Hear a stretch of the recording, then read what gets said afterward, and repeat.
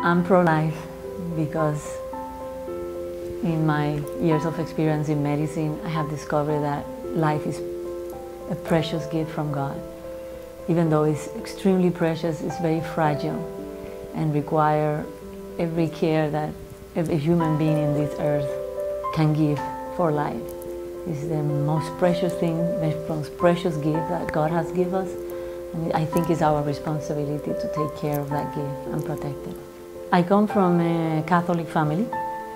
As kids, we will go to Mass with our parents, and basically to say our prayers and to go to Mass, that was what it means for me to be a Catholic. As I grew in knowledge and became ambitious, I wanted to be a doctor and help people. I thought that I was being a good Catholic. In my training, I was one of those that was taught that early in pregnancy, all you're removing from a pregnancy is product of conception. There's not a baby yet. In a point in my career, I decided that if a patient had an abnormal baby, I felt it was a duty to remove that pain or that bad experience of carrying a baby that has a normality and will die maybe a month or a year after it was born. In my common sense, I just couldn't conceive that was wrong. So I have made the rule that even though I was Catholic and the Catholic Church say no to abortion and that's it, I have decided that that was not right. That what was right was this exception, which is I can do abortion if it's an abnormal baby. I don't know why I end up talking with this priest about this. I don't know if I was in church looking for a babysitter or what, but here I am talking with this priest, and he knew I was an obstetric and gynecology. So he has, I call it now, the nerve or the openness of asking me, do you do abortions? And I say yes, but hope really without any suspicions, yes, but I only do it if the baby has big abnormalities or abnormality that the baby will not survive.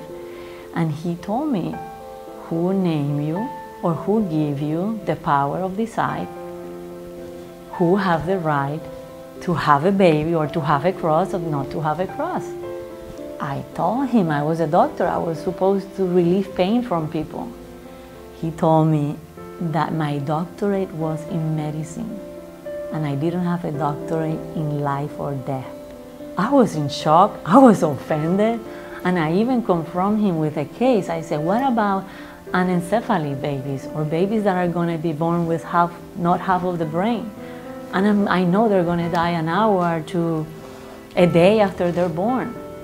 And he told me that what the church recommends in those cases is to give support, faith, prayer to that couple and let them have that baby and let them say goodbye to the baby if that was God's will, that the baby die hours or day after. He just told me, I'm sorry, you don't have the right. As part of my conversion, I started studying and going to retreats. That's when I learned that every life has a meaning and every cross has a meaning of redemption. The concept of heaven also was open in my mind. It was not a scientific concept, but the idea that the church is the one who is there by Jesus to guide us how to make it to heaven. And for me to say I know more than Jesus, I know more than the church, was more stupid than my common sense. So that's when I decided, definitely I better embrace the ways of the church, or like I read in some place, I'm like Judas. I stay with Jesus, but with my own agenda. Being an obstetric and gynecology, you deal with catching babies and just that first breath is just a thrill.